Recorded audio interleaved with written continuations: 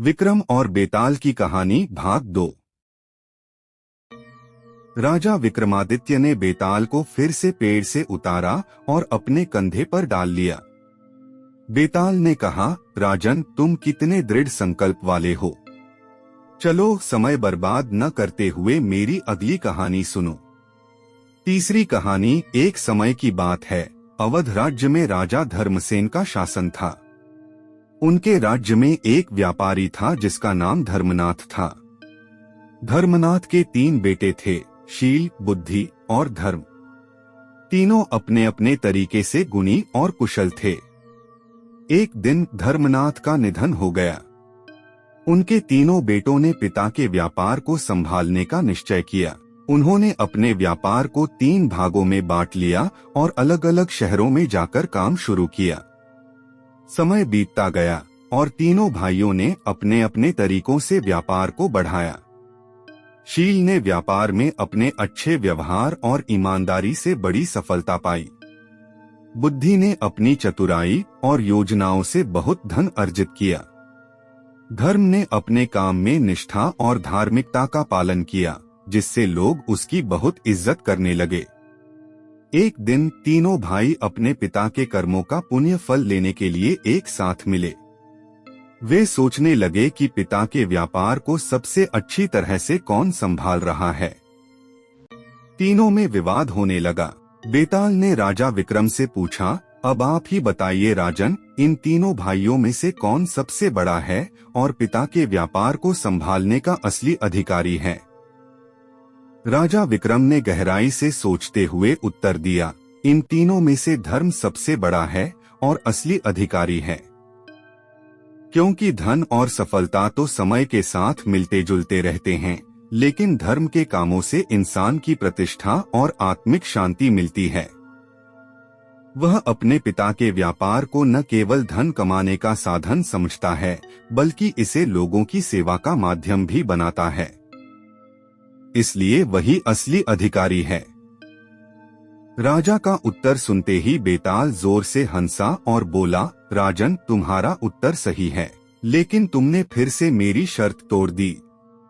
अब मैं वापस पेड़ पर जा रहा हूँ। और बेताल उड़कर फिर से पेड़ पर जा बैठा। राजा विक्रमादित्य ने एक बार फिर ठान लिया कि वह बेताल को हर हाल में लेकर जाएंगे। राजा विक्रमादित्य ने अपनी दृढ़ता और साहस दिखाते हुए फिर से बेताल को पेड़ से उतारा और कंधे पर डाल लिया। बेताल ने मुस्कुराते हुए कहा, राजन, तुम हार मानने वाले नहीं लगते। चलो, रास्ता लंबा है, मैं तुम्हें एक और कहानी सुनाता हूँ। ध्यान से सुनो, क्योंकि अंत में तुम्हें इसका उत्तर देना होगा। चौथी कहानी। एक बार की बात है, कांचीपुरम के राजा वासुकी के दरबार में एक प्रसिद्ध योद्धा वीरेंद्र आया। वीरेंद्र की वीरता के किस्से दूर दूर तक फैले थे।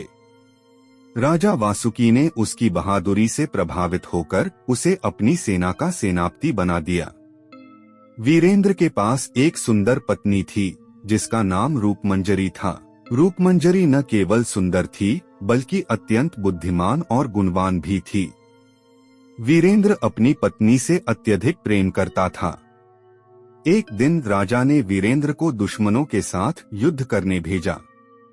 वीरेंद्र युद्ध के मैदान में चला गया और महीनों तक लौटकर नहीं आया। इस दौरान राजा वासुकी रूपमंजरी की सुंदरता पर मोहित हो गए और उन्होंने उसे अपने महल में बुलाने का आदेश दिया। लेकिन रूपमंजरी ने राजा का प्रस्ताव अस्वीकार कर दिया। उसने अपने सतीत्व और पति की निष्ठा की रक्षा करने का निर्णय लिया। जब राजा ने देखा कि रूपमंजरी झुकने को तैयार नहीं है, तो उसने उसे बलपूर्वक अपने महल में लाने का प्रयास किया। लेकिन रूपमंजरी ने अपने सम्मान की रक्षा के लिए स्वयं को आग में झोंक दिया और प्राण त्याग दिए। जब वीरेंद्र युद्ध जीतकर वापस लौटा, तो उसने अपनी पत्नी की मृत्यु का समाचार सुना। वह शोक में डूब गया और बदला लेने के लिए राजा वासुकी के खिलाफ विद्रोह कर दिया। उसने राजा को हराकर उसे राज्य से निर्वासित कर दिया और खुद राजा बन गया। बेताल ने राजा विक्रम से पूछा, अब बताओ राजन, वीरेंद्र के स्थान पर तुम्हें क्या करना चाहिए था? क्या वह अपनी पत्नी के लिए बदला लेने का हकदार था या उसे अपनी जिम्मेदारी निभाते हुए राजा वासुकी को माफ कर देना चाहिए था? राजा विक्रम का उत्तर। राजा विक्रम ने गंभीरता से कहा, वीरेंद्र ने जो किया वह उचित था। एक राजा का कर्तव्य है कि वह अपने प्रजा और परिवार के सम्मान की रक्षा करे। राजा वासुकी ने अपनी शक्ति का दुरुपयोग करके न केवल वीरेंद्र के परिवार का अपमान किया, बल्कि अपने राजधर्म का भी उल्लंघन किया। ऐसे में वीरेंद्र का विद्रोह करना और उसे सत्ता से हटाना न्यायसंगत था। राजा विक्रम का उत्तर सुनते ही बेताल जोर से हंसा और बोला, राजन, तुमने फिर सही उत्तर दिया, लेकिन अपनी शर्त तोड़ दी। अब मैं वापस पेड़ पर जा रहा हूँ। और वह उड़कर फिर से पेड़ पर जा बैठा।